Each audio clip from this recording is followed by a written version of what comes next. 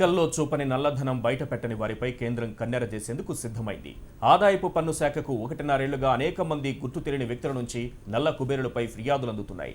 తెలుగు రాష్ట్రాల్లోనూ భారీగానే నల్ల జాబితా ఉండటంపై అధికార విపక్షాల మధ్య మాటల యుద్ధం కొనసాగుతోంది. మొత్తం మీద దీపావళి తరువాత చర్యలకు కేంద్రం సిద్ధమైంది. ఆదాయ వెల్లడి పథకం 2016 కింద అవకాశం కల్పించినా వినియోగించుకోని వారిపై కేంద్ర ప్రభుత్వం కన్నెర చేయనుంది. దాదాపు 12,000 మంది నల్ల కుబేరుల జాబితాను ఆదాయ పన్ను శాఖ సిద్ధం చేసింది. దీపావళి పండుగ తర్వాత వీరికి చీకటి రోజులు కనిపించనున్నాయి.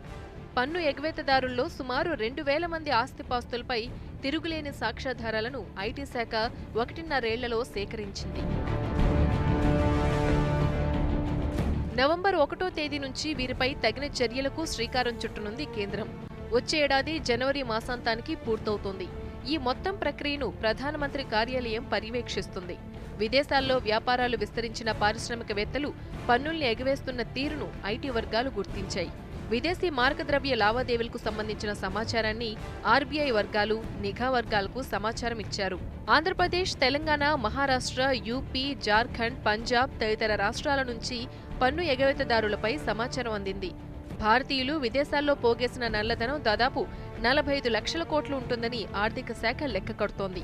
ఈ మధ్యకాలంలో 1,474 కోట్లు లెక్కల్లో చూపని బ్లాక్ మనీని స్వాధీనం చేసుకుంది ఐటీ శాఖ.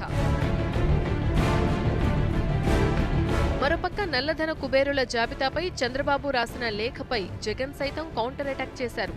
నల్లధన యుద్ధం అధికార విపక్షాల మధ్య మాటల యుద్ధానికి దారితీసింది.